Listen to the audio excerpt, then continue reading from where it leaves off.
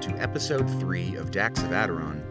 My name is Corey, and today we'll be climbing a mountain in the Adirondack High Peaks called Giant Mountain, or as it was originally referred to, Giant of the Valley. It gets its name due to how imposing it looks and its solitary position relative to the other high peaks in the area. It's a mountain with, in my amateur opinion, a very apt name.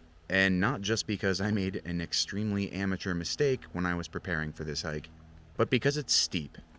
And it's steep basically the whole time. While I had been planning to hike Giant Mountain for about a week, I wasn't planning to do it on this day. While I did wake up early, I spent my morning drinking coffee and editing video. I didn't pay attention to the outside world until around noon, when I realized I was wasting a beautiful summer day.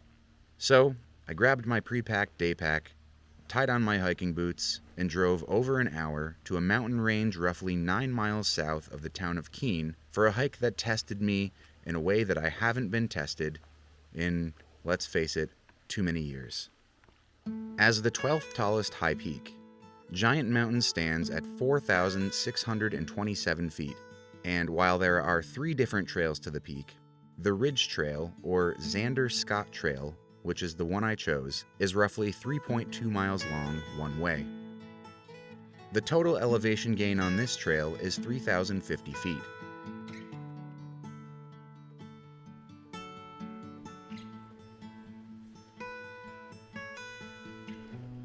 As I just stated, I brought along my day pack loaded with my camera equipment, a windbreaker for the peak, just in case, several protein bars for convenient munching, and 64 ounces of water. Now the last part was the very silly mistake I made, because on a day this warm, a hike this steep, and a body this unprepared, I probably would have needed about double that amount of water to feel hydrated throughout. The base of the mountain will have you crossing a small brook several times.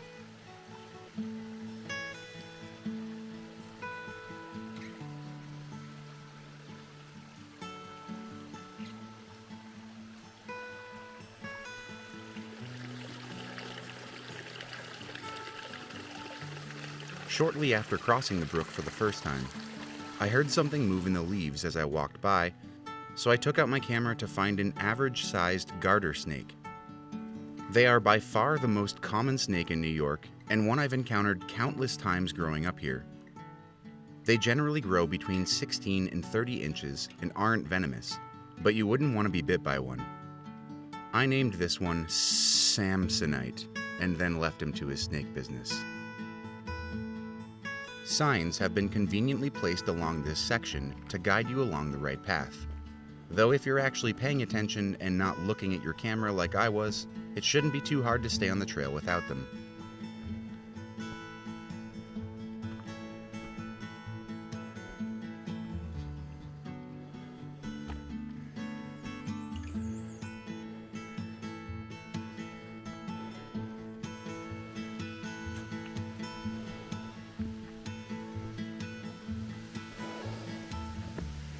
Just before the 0.7 mile mark, I made the second brook crossing.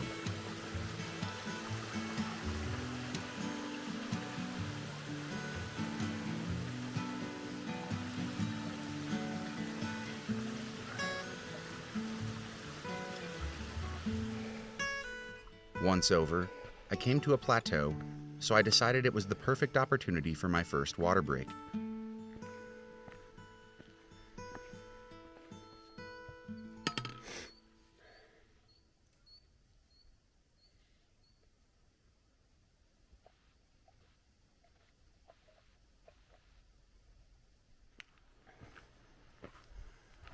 The plateau has the first of many great views of the valley to the southwest over Chapel Pond.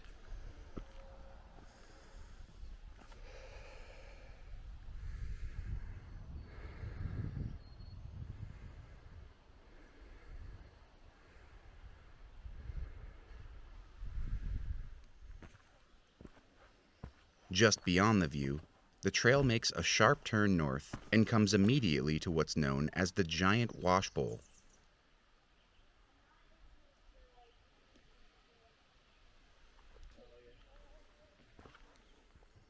It's a small mountain pond with a pleasant scenic view, so I hung out for a minute to take it in.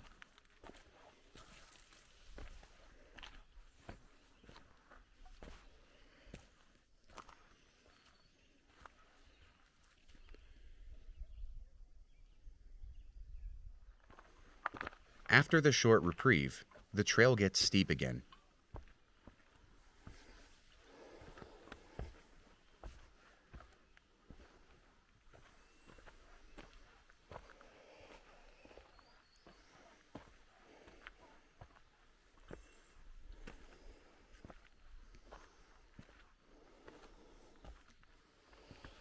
At the 1.1 mile mark, you'll come to this intersection where, if you so choose, you can head to what's known as Giant's Nubble, which is a small peak below the main peak.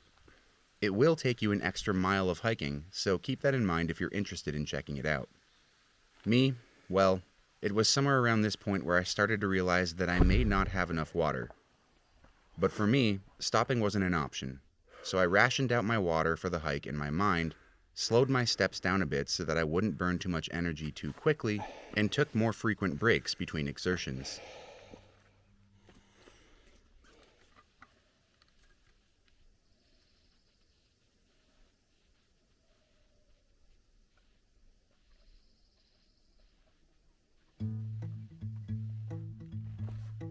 Continuing on, I came to the open rock portion of the ridge.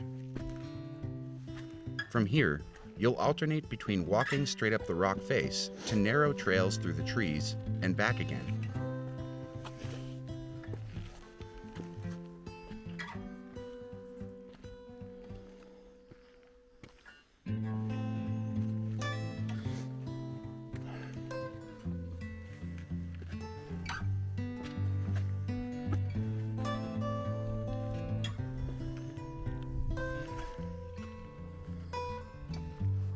This is the first real view I got from the open rock face.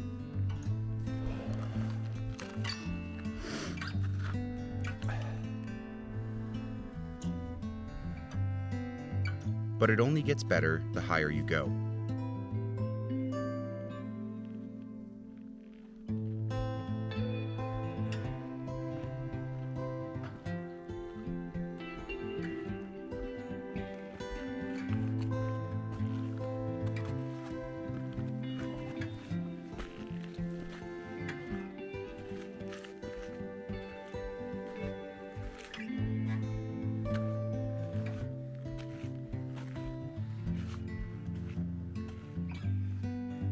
The open rock ridge has sections where you'll need to literally climb a rock wall in order to continue.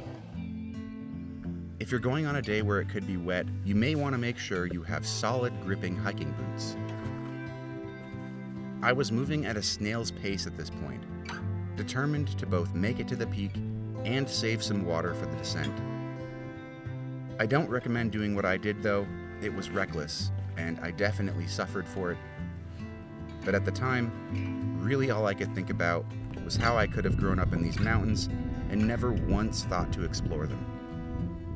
It was such a beautiful day that I could push being thirsty to the back of my mind until the time I had designated for drinking. As I slowly plodded up the ridge, I made a concerted effort to keep my heart rate down and an eye out for the blue trail markers on the trees.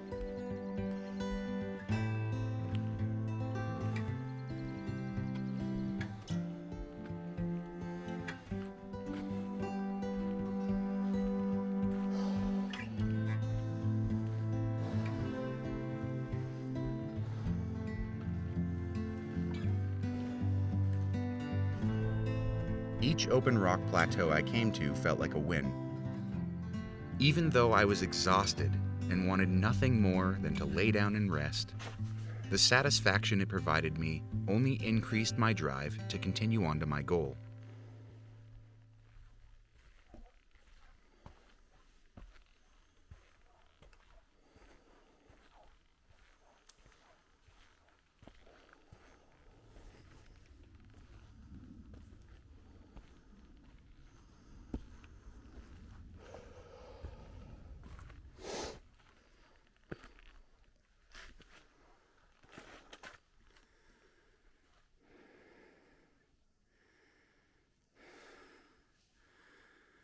and when the trail hit the inner ridge, I could almost see the peak through the trees.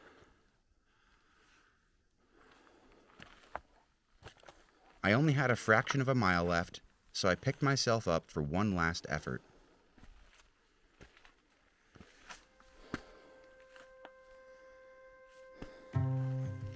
It would be really hard to understate the difference between Cascade Mountain, which is the first high peak I hiked, and Giant Mountain. The trail for Cascade is 0.8 miles shorter than Giant, which isn't much at all, but the grade is much steeper on Giant, which can wear you out much faster. In my opinion, Cascade is almost gentle in comparison.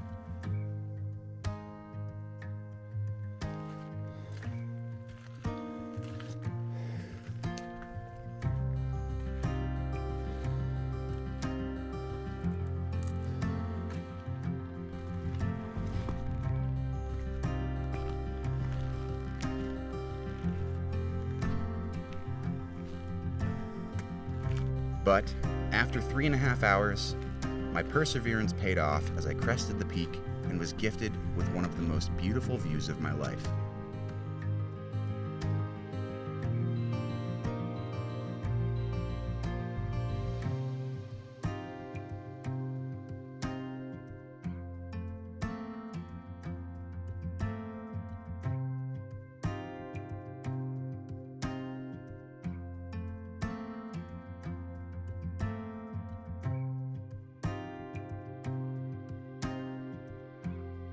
After exploring the peak for a few minutes, I set up my camera and laid down on the warm open rock to take a rest for about an hour.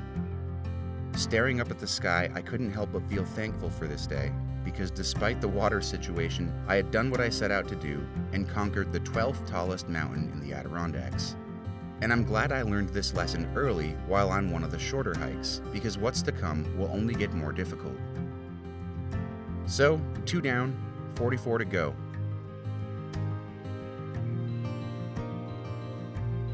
Thank you for checking out this video, and if you enjoyed it, please consider subscribing and hitting the bell so you'll be notified when I post another adventure through the Dacks of Adiron.